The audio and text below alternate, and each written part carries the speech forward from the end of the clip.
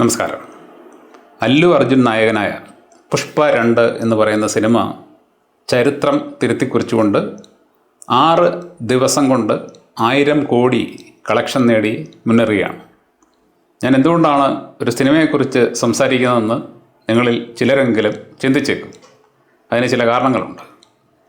അതിൻ്റെ ഒന്നാമത്തെ കാരണം എന്ന് പറയുന്നത്, ഈ സിനിമയെ പരാജയപ്പെടുത്താൻ ഒരുപാട് നിരൂപകർ ശ്രമിച്ചതാണ്. നമുക്കറിയാം, ഇന്ന് ധാരാളം ആൾക്കാർ ഓൺലൈനിലിരുന്ന് ഒരു സിനിമ റിലീസാകുമ്പോൾ അതിനെക്കുറിച്ച് അഭിപ്രായം പറയും. പല സിനിമകളെയും തകർക്കാനായിട്ട് മാത്രം തെറ്റായിട്ടുള്ള റിവ്യൂകൾ പറയുകയും അത് കേട്ടിട്ട് ആ സിനിമ കാണാതിരിക്കുകയും ചെയ്യുന്ന ആൾക്കാരുണ്ട്. എന്നിട്ട് കുറേ കാലം കഴിഞ്ഞവരത് OTTയിൽ കാണുമ്പോൾ പറയും, അയ്യോ ഈ സിനിമയാണ് ഞങ്ങൾ കാണാൻ പോകാതിരുന്നതെന്ന്. ഒരു വ്യക്തി ഒരു സിനിമയെക്കുറിച്ച് ഒരു റിവ്യൂ പറയുമ്പോൾ നമ്മൾ മനസ്സിലാക്കണം, നിങ്ങളുടെ ആസ്വാദനം നിങ്ങൾക്ക് മാത്രമുള്ളതാണ്. ആ റിവ്യൂ പറയുന്നവൻ അവൻ്റെ അഭിപ്രായമാണ് പറയുന്നത്. അവൻ്റെ കാഴ്ചപ്പാട് മാത്രമേ പറയാൻ പറ്റൂ. പെർഫെക്റ്റ് സിനിമ എന്നൊരു സിനിമയില്ല. എങ്ങനെയാണോ ഒരു സിനിമ പുറത്തേക്ക് വരേണ്ടതെന്നൊരു സംവിധായകൻ ആഗ്രഹിക്കുന്നു, അത് അതേ രീതിയിൽ വരും. അദ്ദേഹത്തിൻ്റെ കാഴ്ചപ്പാടിൽ ചിലപ്പോൾ നമുക്ക് ചില അഭിപ്രായ വ്യത്യാസങ്ങൾ കാണും. അപ്പോൾ അത് എല്ലാ സിനിമകൾക്കും ബാധകമാണെന്ന് മനസ്സിലാക്കുകയും, നമ്മൾ ഒരു സിനിമ കാണാൻ പോകുന്നത് നമ്മുടെ സ്വന്തം ഇഷ്ടപ്രകാരം ആയിരിക്കണമെന്നും, അതുപോലെ തന്നെ ആരെങ്കിലുമൊക്കെ പറയുന്ന അഭിപ്രായം കേട്ട് യാതൊരു തീരുമാനം എടുക്കരുതെന്നും നമ്മൾ ഇനിയെങ്കിലും മനസ്സിലാക്കണം. അതിൻ്റെ ഏറ്റവും വലിയ ഒരു തെളിവാണ് പുഷ്പയുടെ വിജയം. ഇത്രയേറെ നെഗറ്റീവ് റിവ്യൂകൾ ആൾക്കാർ പറഞ്ഞിട്ടും ആ പറഞ്ഞവന്മാരെ എല്ലാം ചവിട്ടി അരച്ചുകൊണ്ടാണ് ഇപ്പോൾ അല്ലു അർജുൻ തലയെടുപ്പോടെ നിൽക്കുന്നത്. ഇന്ത്യൻ സിനിമാ ചരിത്രത്തിൽ 6 ദിവസം കൊണ്ട് 1000 കോടി നേടിയ മറ്റൊരു ചിത്രവുമില്ല. ഇനി അങ്ങനെ ഒന്ന് ഉണ്ടായി വരണം. അപ്പോൾ ഈ സിനിമ നമ്മളോട് പറയുന്ന ഒന്നാമത്തെ കാര്യം, നമുക്ക് ഒരു ഗുണമുണ്ടെങ്കിൽ ആ ഗുണത്തെ ആർക്കും പറഞ്ഞു തോൽപ്പിക്കാൻ പറ്റില്ല. അതുപോലെ തന്നെ ആരെങ്കിലുമൊക്കെ പറയുന്ന അഭിപ്രായം കേട്ടായിരിക്കരുത് നമ്മുടെ തീരുമാനങ്ങൾ. രണ്ടാമത്, ഈ സിനിമ നമുക്ക് നൽകുന്ന ഒരു വലിയ സന്ദേശം, നമുക്കറിയാം, ഇന്നത്തെ കാലത്ത് സ്കൂളിൽ പഠിക്കുന്ന കുട്ടികൾക്ക് കുറച്ച് മാർക്ക് കുറഞ്ഞു പോയി കഴിഞ്ഞാൽ അവരെ വലിച്ചു വാരിയിട്ട് അടിക്കുന്ന അച്ഛനമ്മമാരുണ്ട്. 10ാം ക്ലാസ്സിലൊക്കെ പഠിക്കുന്ന കുട്ടികൾ പരീക്ഷയുടെ റിസൾട്ട് വരുന്നതിന് മുമ്പ് ആത്മഹത്യ ചെയ്യുന്ന വാർത്ത നമ്മൾ കേട്ടിട്ടുണ്ട് കേരളത്തിൽ ധാരാളമായിട്ട്. ഒരു നീറ്റ് പരീക്ഷയ്ക്ക് പോയിട്ട് എക്സാം തോറ്റതിൻ്റെ പേരിൽ ആത്മഹത്യ ചെയ്ത കുട്ടികളുണ്ട്. അപ്പോൾ ഇങ്ങനെയൊക്കെയുള്ള സംഭവങ്ങളാണ് നടക്കുന്നത്. ഈ സ്കൂൾ വിദ്യാഭ്യാസം എന്ന് പറയുന്നത് നേടിക്കഴിഞ്ഞാൽ എന്തോ വലിയൊരു നേട്ടമായി എന്ന് ആൾക്കാർ ചിന്തിക്കുന്നതുകൊണ്ടാണ്. ഇവിടെ അല്ലു അർജുൻ എന്ന് പറയുന്ന നായകൻ, അദ്ദേഹം ഞാൻ വായിച്ചത് 10ാം ക്ലാസ് എത്തുന്നതിന് മുമ്പ് തന്നെ ഇടയ്ക്ക് 7ലും 6ലും ഒക്കെ തോറ്റുപോയൊരു വിദ്യാർത്ഥിയാണ്. 7ലും 6ലും ഒക്കെ തോറ്റിട്ട് വീണ്ടും പരീക്ഷ എഴുതി പാസ്സായിട്ട് വന്ന ഒരു നടനാണ്. അദ്ദേഹത്തിനെ നമ്മൾ നോക്കിക്കഴിഞ്ഞാൽ കാണാൻ മറ്റ് സിനിമാ നടന്മാരെ പോലെ വലിയ ഗ്ലാമറൊന്നുമില്ല.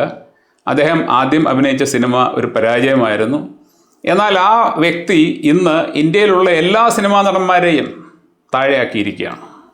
ഇന്ത്യയിലുള്ള എല്ലാ സിനിമാ നടന്മാരെയും താഴെയാക്കിക്കൊണ്ടാണ് അദ്ദേഹം ഇപ്പോൾ ഈ ചരിത്ര വിജയം നേടിയിരിക്കുന്നത്. അപ്പോൾ അത് നമ്മളോട് പറയുന്നത് എന്താണ്? ഒരു വ്യക്തിയുടെ ജീവിതം എന്ന് പറയുന്നത് നമ്മളാരും തീരുമാനിച്ച് ഉണ്ടാക്കിയെടുക്കാൻ പറ്റുന്ന ഒന്നല്ല. അത് കാലത്തിൻ്റെ കൈകളിലിരിക്കുന്ന ഒന്നാണ്. അതുകൊണ്ട് നമ്മുടെ വീട്ടിലുള്ള ഒരു കുട്ടി ഒരു പരീക്ഷയ്ക്ക് തോക്കുകയോ അല്ലെങ്കിൽ എന്തെങ്കിലും ഒരു പരാജയം ഏറ്റുവാങ്ങുകയൊക്കെ ചെയ്യുമ്പോൾ അവരെ അങ്ങ് എഴുതിത്തള്ളി അവരെ പീഡിപ്പിക്കുന്ന തരത്തിലേക്ക് പോകുന്നവർ ആലോചിക്കണം, നാളെ അവർ നിങ്ങൾ പ്രതീക്ഷിക്കുന്നതിന് അപ്പുറത്തേക്ക് വളർന്നു പോയെന്നിരിക്കും. അതുകൊണ്ട് അവർക്കെപ്പോഴും കൊടുക്കേണ്ടത് പ്രോത്സാഹനമാണ്, വീട്ടിൽ സുഖമായിട്ട് ജീവിക്കാനുള്ള അന്തരീക്ഷമാണ്, അധ്വാനിക്കാനുള്ള പരിശീലനമാണ്, മനസ്സാണ്. മൂന്നാമത്, ഈ സിനിമ എന്നെ ഏറ്റവും കൂടുതൽ ആകർഷിച്ചത് എന്തുകൊണ്ടെന്ന് ചോദിച്ചു കഴിഞ്ഞാൽ, ഇത് വടക്കേ ഇന്ത്യയിൽ നേടുന്ന വിജയമാണ്. വടക്കേ ഇന്ത്യയിൽ ഇക്കൊല്ലം ഇറങ്ങിയിട്ടുള്ള എല്ലാ സിനിമകളെയും കടത്തി വെട്ടിക്കൊണ്ടാണ് അല്ലു അർജുൻ്റെ ചിത്രം അവിടെ കളക്ഷൻ നേടുന്നത്. ഏതാണ്ട് 6 ദിവസം കൊണ്ട് 400 കോടിക്കടുത്ത് കളക്ഷൻ ഹിന്ദിയിൽ നിന്ന് മാത്രം ഈ സിനിമ നേടിക്കഴിഞ്ഞു. ഇങ്ങനെ അങ്ങോട്ട് പോയി കഴിഞ്ഞാൽ ഇത് ഹിന്ദിയിൽ നിന്ന് തന്നെ ചിലപ്പോൾ 1000 കോടി രൂപ കളക്ട് ചെയ്യാനുള്ള ഒരു ചാൻസ് ഉണ്ട്. എന്താണ് ഹിന്ദിയിൽ ഒരു സൗത്ത് ഇന്ത്യൻ സിനിമ വിജയം നേടിയാൽ നമുക്കുള്ള ഗുണം? ഞാൻ വളരെ വർഷങ്ങൾക്ക് മുമ്പ് ഡൽഹിയിൽ ജീവിച്ച ഒരാളാണ്. ആ സമയത്ത് വടക്കേ ഇന്ത്യക്കാർക്ക് നമ്മൾ സൗത്ത് ഇന്ത്യൻസിനോടുള്ള മനോഭാവം നേരിട്ട് അറിഞ്ഞ ഒരാളാണ്. അവർ സൗത്ത് ഇന്ത്യക്കാരെ മൊത്തം, അതായത് കർണാടക, ആന്ധ്രാപ്രദേശ്, തമിഴ്നാട്, കേരളം, ഇവിടെ നിന്ന് ചെല്ലുന്ന ആൾക്കാരെ മൊത്തം 2ാം കിട പൗരന്മാരായിട്ടാണ് കണ്ടിരുന്നത്. അതുകൂടാതെ നമ്മളെ അവർ വിളിച്ചിരുന്ന ഓമനപ്പേരാണ് മദ്രാസി, പരിഹസിച്ച് വിളിക്കുന്ന ഒരു പേരാണ്. അവരെ സംബന്ധിച്ച് ഈ സൗത്ത് ഇന്ത്യ എന്ന് പറയുന്ന ഒരു സംഭവം ഉള്ളതായിട്ടേ അറിഞ്ഞുകൂടാ.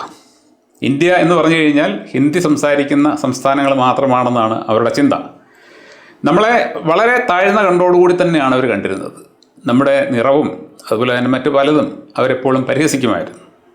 നമ്മുടെ നാട്ടിലെ സിനിമാ നടന്മാരെയൊക്കെ അവർക്ക് പുച്ഛമായിരുന്നു.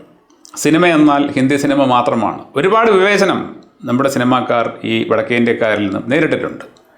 നമ്മുടെ തന്നെ ഗായകനായിട്ടുള്ള ശ്രീ യേശുദാസ്, നിങ്ങൾക്ക് എല്ലാവർക്കും അറിയാം, ഇന്ത്യയിലെ ഏറ്റവും മികച്ച ഗായകൻ ആരാണെന്ന് ചോദിച്ചു കഴിഞ്ഞാൽ ഒരു സംശയമില്ലാതെ നമ്മൾ പറയുന്ന പേരാണ് യേശുദാസിൻ്റേത്.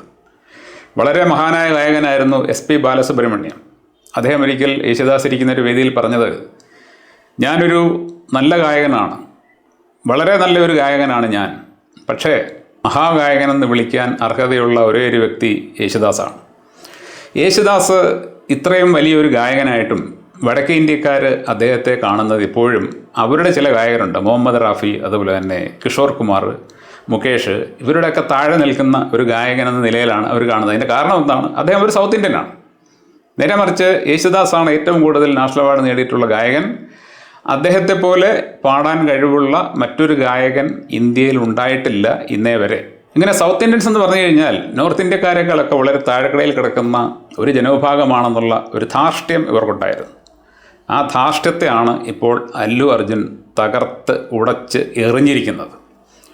നോർത്ത് ഇന്ത്യയിൽ ഇറങ്ങിയ ഷാരൂഖ് ഖാൻ്റെ സിനിമ, അതുപോലെ തന്നെ അക്ഷയ് കുമാറിൻ്റെ സിനിമ, അജയ് ദേവ്ഗണിൻ്റെ സിനിമ, സണ്ണി ദിയോളിൻ്റെ സിനിമ തുടങ്ങി അവിടുത്തെ മുൻനിര നായകന്മാർ അഭിനയിച്ചിട്ടുള്ള ഒട്ടുമിക്ക സിനിമകളുടെയും കളക്ഷൻ ചരിത്രം തിരുത്തി കുറിച്ചുകൊണ്ടാണ് അല്ലു അർജുൻ്റെ പുഷ്പ 2 എന്ന സിനിമ അവിടെ ജൈത്രയാത്ര നടത്തുന്നത്. ഇതിലൊക്കെ രസം, ഈ സിനിമയുടെ പ്രൊമോഷനുമായിട്ട് ബന്ധപ്പെട്ട് നടന്ന ഒരു ചടങ്ങിൽ അല്ലു അർജുൻ്റെ അടുക്കൽ ആരോ ചോദിച്ചു, താങ്കൾ എന്തുകൊണ്ടാണ് ഹിന്ദിയിൽ അഭിനയിക്കാത്തതെന്ന്.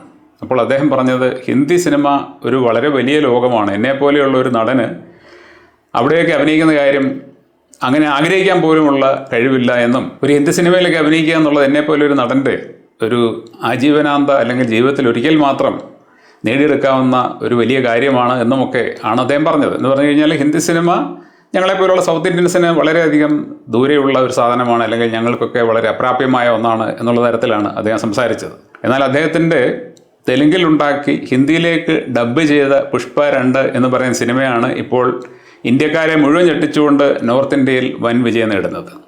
അപ്പോൾ ഈ സിനിമയ്ക്ക് ഇങ്ങനെ ഒരുപാട് കാര്യങ്ങൾ നമ്മളോട് പറയാനുണ്ട്. അതോടൊപ്പം തന്നെ നമ്മൾ മലയാളികളുടെ കോമാളിത്തരവും ഈ സിനിമ തുറന്നു കാണിക്കുന്നുണ്ട്. കേരളത്തിൽ ഒരുപാട് ആൾക്കാർ ഈ സിനിമ കാണാൻ പോകാതിരുന്നത് ചില ആൾക്കാരുടെ റിവ്യൂ കേട്ടിട്ടാണ്. എത്ര നിസ്സാരമായിട്ട് നമ്മുടെ ആൾക്കാരെ പത്രക്കാർക്കും അതുപോലെ തന്നെ യൂട്യൂബ് ചാനലുകാർക്കും ഒക്കെ സ്വാധീനിക്കാൻ കഴിയുന്നുണ്ട് എന്നുള്ളതിൻ്റെ ഏറ്റവും വലിയ തെളിവ് കൂടിയാണ്.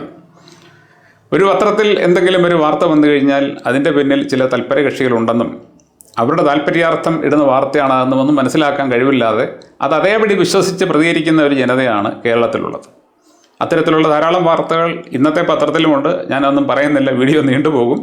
അപ്പോൾ ഈ മലയാളികളുടെ ഈ വൈകല്യം മുതലെടുക്കുന്ന ഒരുപാട് പേരുണ്ട്. വളരെ ഈസിയായിട്ട് മലയാളികളെ എന്തെങ്കിലുമൊക്കെ കാര്യം പറഞ്ഞ് തെറ്റിദ്ധരിപ്പിക്കാം, അവരുടെ മനസ്സ് മാറ്റാൻ പറ്റും.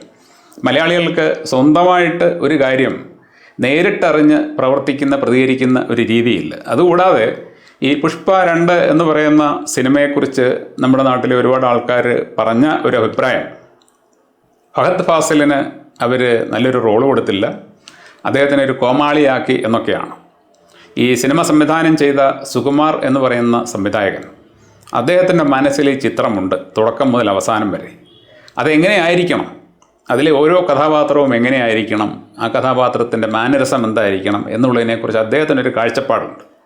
ആ കാഴ്ചപ്പാട് അങ്ങനെ തന്നെ സിനിമയായിട്ട് മാറിയെങ്കിലേ വിജയിക്കൂ എന്ന് അദ്ദേഹത്തിന് അറിയാം.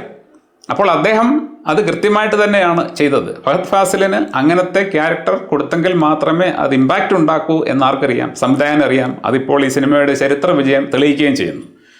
പിന്നെ ഫഹദ് ഫാസിൽ എന്ന് പറയുന്ന നടൻ്റെ മുമ്പിൽ അല്ലു അർജുൻ ഒന്നുമല്ല എന്നൊക്കെയുള്ള ചില അഭിപ്രായങ്ങൾ പലരും പറയുന്നുണ്ട്. തീർച്ചയായിട്ടും ഫഹദ് ഫാസിൽ നല്ലൊരു നടനാണ്. പക്ഷേ നമ്മൾ മലയാളത്തിൽ തന്നെ മമ്മൂട്ടിയെയോ മോഹൻലാലിനെയോ ഒക്കെ ഫഹദ് ഫാസിലുമായിട്ട് കമ്പയർ ചെയ്ത് കഴിഞ്ഞാൽ നിങ്ങൾക്ക് മമ്മൂട്ടിയുടെയും മോഹൻലാലിൻ്റെയും റേഞ്ച് മനസ്സിലാകും. ഇപ്പോൾ തന്നെ നരസിംഹം എന്ന് പറയുന്ന സിനിമയിലെ നായകൻ്റെ റോളെടുത്ത് ഫഹദ് ഫാസിലിന് കൊടുത്തു കഴിഞ്ഞാൽ എങ്ങനെയുണ്ടാവും? അദ്ദേഹത്തിന് അത് മോഹൻലാൽ ചെയ്തപോലെ ചെയ്യാൻ പറ്റുമോ? ഒരിക്കലും ചെയ്യാൻ പറ്റില്ല.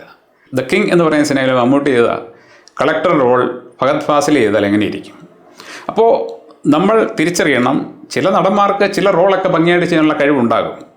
അതുകൊണ്ട് അവർ മറ്റേത് നടന്മാരെക്കാളും മികച്ച നടന്മാരാണ് എന്നൊന്നും ചിന്തിക്കരുത്. അതൊക്കെ അപക്വമാണ്. അല്ലു അർജുൻ എന്ന് പറയുന്ന നടൻ 2021 ദേശീയ അവാർഡ് നേടിയൊരു നടനാണ്. അതായത് പുഷ്പ 1 അഭിനയിച്ചതിന് അദ്ദേഹത്തിന് നാഷണൽ അവാർഡ് കിട്ടിയിരുന്നു. പുഷ്പ 1 നായകൻ എന്ന് പറയുന്നത് സാധാരണ നമ്മുടെ അവാർഡ് സിനിമകളിലൊക്കെ വരുന്ന പോലെയുള്ളൊരു നായകനല്ല, ഒരു ഗുണ്ടയാണ്. അക്രമമൊക്കെ ചെയ്യുന്ന ഒരു ഗുണ്ടയാണ്. അപ്പോൾ ഒരു ഗുണ്ടയായിട്ട് അഭിനയിച്ച് ഒരു നടൻ നാഷണൽ അവാർഡ് നേടാമെങ്കിൽ അതൊരു നിസ്സാര കാര്യമല്ല.